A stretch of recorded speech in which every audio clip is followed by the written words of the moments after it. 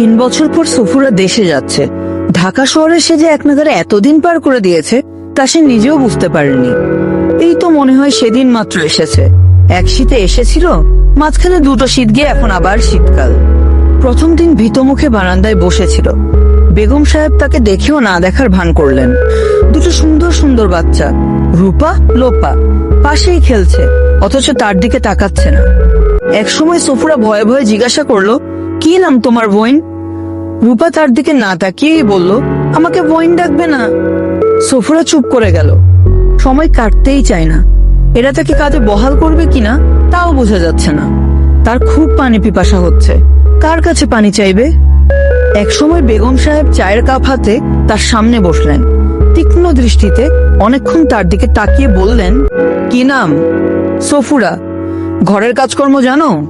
সফুরা কি বলবে বুঝতে পারল না। ঘরের কাজকর্ম সে তো অবশ্যই জানে, ভাত রাঁধা, বাসন ধোয়া, কাপড় ধোয়া, কিন্তু ঢাকায় এসব বাড়িতে কাজকর্ম কিরকম হয় কে বলবে? আগে কখনো বাসায় কাজ করেছো? যে না। ঢাকায় কি প্রথম? যে। বেগম সাহেব কঠিন মুখে বললেন, হাত ধরে ধরে কাজকর্ম শেখাবো, তারপর পাখা গজাবে, উড়ে যাবে অন্য বাসায়। তোমাদের আমার চেনা আছে, আমি কোনোখানে যাবো না। খামোখা এসব বলবে না, আগে অনেকবার শুনেছি। বেতন চাও কত? সফুরা চুপ করে রইল। যে তাকে নিয়ে এসেছে সে বারবার বলে দিয়েছে, বেতনের কথা বললে চুপ কইরা থাকবা, আগ বাড়াইয়া কিছু বলবা না। চুপ করে আছে, কিছু বলছে না। কি কথা বলো না কেন? কত চাও বেতন? আপনার যা ইচ্ছা। কাপড় চোপড় নিয়ে এসেছো? সফুরা লজ্জা পেয়ে গেল। কাপড় চোপড় আনবে কি? একটা শাড়ি ছিল সেটাই নিয়ে এসেছে।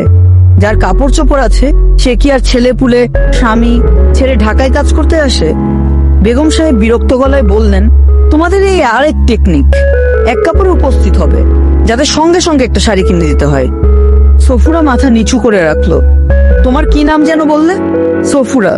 শোনো সফুরা, থাকো এখানে, কাজ করো, কয়েকদিন কাজ দেখি, যদি কাজ পছন্দ হয় বেতন ঠিক করব।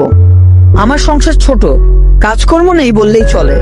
মেয়েদের কখনো নাম ধরে ডাকবে না, আন্টি ডাকবে। একজন বড় আন্টি, একজন ছোট আন্টি, মনে থাকবে? যে। আমাদের আলাদা বাথরুম, ওই বাথরুমে কখনো ঢুকবে না, মনে থাকবে? যে। তোমার আলাদা থালা গ্লাস দেওয়া হবে, সব সময় সেগুলো ব্যবহার করবে, আমাদের থালা গ্লাস কখনো ব্যবহার করবে না। যে। আচ্ছা। সব সময় পরিষ্কার পরিচ্ছন্ন থাকবে।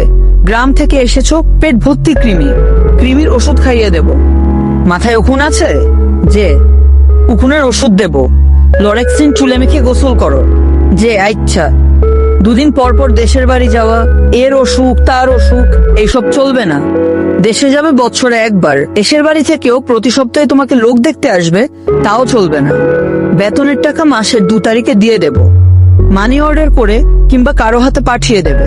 যে। আচ্ছা। কাচের থালা বাসন ধরবে খুব সাবধানে। টেবিলের উপর কাচের যে বাটিটা দেখছো, যেখানে ফল রাখা, ওই বাটিটার দাম 3000 টাকা। একটা বাটির দাম 3000 টাকা? সফুরার নিঃশ্বাস বন্ধ হয়ে এলো। 3000 টাকা একটা গরু কেনা যায়? সামান্য একটা বাটি, তার দাম 3000 টাকা? বাটিটা একবার ছুঁয়ে দেখতে হবে। সফুরা কাজে বহাল হলো। যা কিছু শেখার ছিল 7 দিনে শিখে গেল। বেগম সাহেব যে তার কাজে খুশি তাও সে 9 দিনের দিন জেনে গেল। মেঝে ভেজা নেকড়ে দিয়ে মুছতে মুছতে সে শুনলো বেগম সাহেব টেলিফোনে কাকে যেন বলছেন, আমার কাজের মেয়েটা চটপটে আছে, কাজ ভালোই করে, শেখার আগ্রহ আছে, তবে টিকবে না। কাজ শেখা হলেই অন্য বাড়িতে কাজ খুঁজবে, এদের চেনা আছে। বেগম সাহেবের কথা সত্যি হয়নি। সে কোথাও যায়নি, এ বাড়িতে আছে। গত 3 বছরে দেশেও যায়নি। কয়েকবারই যাওয়ার ঠিকঠাক হলো। তার এমনই কপাল, যখন দেশে যাওয়া ঠিকঠাক হয় তখনই এ বাড়িতে কিছু একটা ঝামেলা লেগে যায়। প্রথমবার ছোট আন্টির ফ্লু হলো, অসুস্থ মানুষকে রেখে যাওয়া যায় না। পরের বার জাপান থেকে কারা যেন বেড়াতে এলো, এ বাড়িতে থাকলো 1 সপ্তাহ। বাড়িতে মেহমান ফেলে সে যায় কিভাবে? তবে ওই মেহমানরা যাওয়ার সময় তাকে একটা ঘড়ি দিলেন। কি আশ্চর্য কাণ্ড, তার মতো মানুষকে কেউ ঘড়ি দেয়? ঘড়ি দিয়ে সে কি করবে? ঘড়ি সে কি বুঝে? বকুলের বাবা যখন পরের বার টাকা নিতে এলো তখন টাকার সঙ্গে ঘড়িও দিল। মানুষটা অবাক, ঘড়ি পাইলা কই? আমারে খুশি হইয়া দিছে। কও কি তুমি? যা সত্য তাই কইলাম। বেজায় দামি জিনিস বইলা মনে হয়, বেচছেন না? আরে না, বেচবো কি, ঘড়ির একটা প্রয়োজন আছে না, ঘড়ির ইজ্জতই আলাদা। বকুলের বাবা ঘড়ি হাতে পড়ে আনন্দে হেসে ফেলল। লোকটা বেজায় শৌখিন, টাকা নিতে যখন আসে মনে হয় ভদ্রলোক। মাথার চুল বেশিরভাগই পেকে গিয়েছিল, একবার এলো, সব চুল কুচকুচে কালো, চুলে কলপ দিয়েছে। 5-10 টাকা নিশ্চয়ই চলে গেছে। লোকটা এসব দেখবে না, বড় শৌখিন। সফুরার বড় ইচ্ছা করে এই শৌখিন লোকটাকে চেয়ার টেবিলে বসিয়ে 4টা ভাত খাওয়ায়, 3000 টাকা দামের বাটিতে করে সালুন এনে দেয়। তা তো সম্ভব না। বেগম সাহেবা বলে দিয়েছেন, তোমার স্বামী যে 2 দিন পর পর ফুলবাবু সেজে চলে আসে, খুব ভালো কথা, আসুক। তাকে ঘরে ঢুকাবে না, বাইরে থেকে বিদায় দেবে। একবার ঘরে ঢুকলে অভ্যাস হয়ে যাবে। বেগম সাহেবের কথাগুলো শুনতে খারাপ লাগলেও কিছু করার নেই। তার অন্তর ভালো। 3 ঈদেই তার ছেলে মেয়ের জন্য টাকা দিয়েছেন। গত ঈদে বেতনের বাইরেও 500 টাকা দিলেন, একটা গায়ের চাদর দিলেন। তার বেতন ছিল 150, তাকে কিছু বলতে হয়নি। বেগম সাহেব নিজেই বেতন বাড়িয়ে করেছেন 200। তাছাড়া লোকজনের বাড়িতে বেড়াতে এলে যাওয়ার সময় 50-100 টাকা সবসময়ই দেয়। প্রতিটি পাই পয়সা সফুরের কাজে লাগে। বেতনের বাইরের টাকাটা সে জমা করে রাখে, দেশে যাওয়ার সময় সঙ্গে নিয়ে যাবে। ছেলে মেয়েদের জন্য এটা সেটা নিজের হাতে কিনে নিয়ে যাবে। তার এত কষ্টের টাকা। বকুলের বাবা এসেছে সফুরাকে নিয়ে যেতে। বাবু সেজে এসেছে, হাতে ঘড়ি, চোখে কালো চশমা, গম্ভীর মুখে বারান্দায় বসে আছে। সফুরা বেগম সাহেবের কাছে বিদায় নিল, কদম বুসি করলো এবং কেঁদে ফেলল। 3 বৎসর ছিল, মায়া পড়ে গেছে, যেতেও কষ্ট হচ্ছে। বেগম সাহেব বললেন, তোমার কাজে কর্মে আমি খুব খুশি হয়েছি। আমার বাচ্চারাও তোমাকে পছন্দ করে। বেশি দিন থেকো না, চলে এসো। আজ থেকে তোমার বেতন আমি 300 করে দিলাম। ফিরে এসে এই বেতনেই কাজ করবে। আপনার অনেক দয়া আম্মা। বেগম সাহেব বেতন ছাড়াও যাওয়া আসার গাড়ি বাবদ 200 টাকা দিলেন। একটা প্রায় নতুন শাড়ি দিলেন, 1 জোড়া পুরানো স্যান্ডেল দিলেন। উদাস গলায় বললেন, তোমার সাহেবের একটা কোট আছে, এখন আর পরে না, নিয়ে যাও, কাউকে দিয়ে দিও। বকুলের বাবা সে কোট সঙ্গে সঙ্গে গায়ে দিয়ে বলল, ভালো ফিট করছে বউ, মাপ মতো হয়েছে। চল এখন গাবতলী বাস স্টেশনে গিয়া বাস ধরি। সফুরা বিস্মিত হয়ে বলল, পোলাপাইনের জন্য সদাই করবো না? এতদিন পরে দেশে যাইতাছি, কি সদাই করবা? চলো গিয়া দেখি, জামা জুতা, রিক্সা লও। বকুলের বাবা সিগারেট ধরিয়ে বাবু সাহেবের মতো টানতে টানতে খালি রিক্সা দেখতে লাগলো।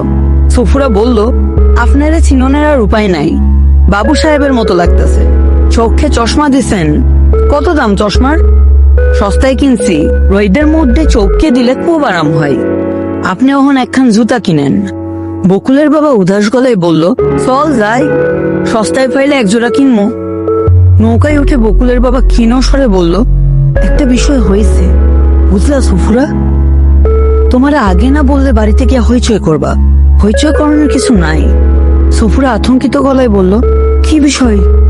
বকুলের বাবা নিচু গলায় বলল, তুমি ঢাকায় চলে আসলা, বাড়ি হইল খালি, ঘরে শতেক কাজকর্ম, সংসার ভাইসা যাওয়ানোর উপক্রম।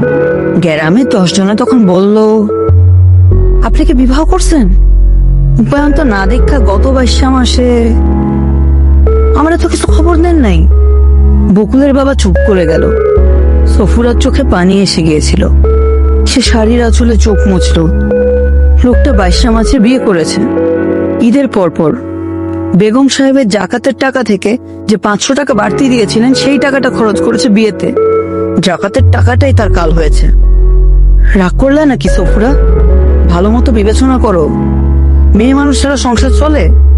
তুমি পয়রা আছো ঢাকা শহরে। নয়া বউয়ের নাম কি?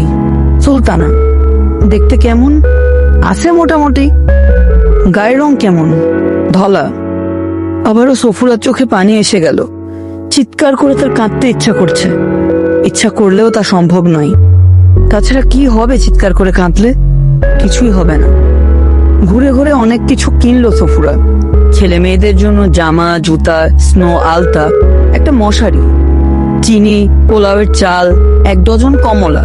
সবার জন্যই কিছু না কিছু কেনা হয়েছে, শুধু নতুন বউয়ের জন্য কিছু কেনা হয়নি। বেচারি মন খারাপ করবে, তার তো কোনো দোষ নেই। তাকে বিয়ে করেছে বলে সে এই সংসারে এসেছে। সফুরা নয়া বউয়ের জন্য একটা লাল পেড়ের শাড়ি এবং কাঁচের চুড়ি কিনলো। বকুলের বাবা বলল, লাল ফিতা কিনো তো বউ। ফিতার কথা বলছিল। সফুরা লাল ফিতাও কিনলো। দুপুরের দিকে তারা গাবতলী বাস স্টেশন থেকে বাসে উঠল। বকুলের বাবা মিষ্টি পান কিনেছে। সে বসেছে জানালার পাশে। জানালার পাশে ছাড়া সে বসতে পারে না, তার মাথা ধরে যায়। বাস ছাড়ার মুহূর্তে সে ঘড়ির সময় দেখে গম্ভীর গলায় বলল, রাত 8টা বাজবো। শীতের দিন বললেই রক্ষা, আরামে যাইবা। গরমের সময় হইলে খুব কষ্ট হইতো। একটা খেয়াল রাখবা বউ, শীতকাল ছাড়া দেশে আসবা না। বেড়াইবার সময় হইল তোমার শীতকাল। সফুরা জবাব দিল না। শীতকালের পরন্ত রোদে সে বেড়াতে যাচ্ছে, পাশে স্বামী। কতদিন পর দেখবে ছেলে মেয়েদের। আনন্দে তারা চিৎকার করে কাঁদবে। সারা রাত হয়তো ঘুমাবে না। নয়া বউ লাল পেড়ে শাড়ি পরে তাকে এসে কদম বুসি করবে।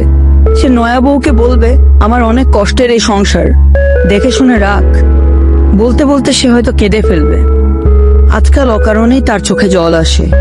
কত আনন্দ করে সে বাড়ি যাচ্ছে, এখন কাঁদার কোনো কারণ নেই।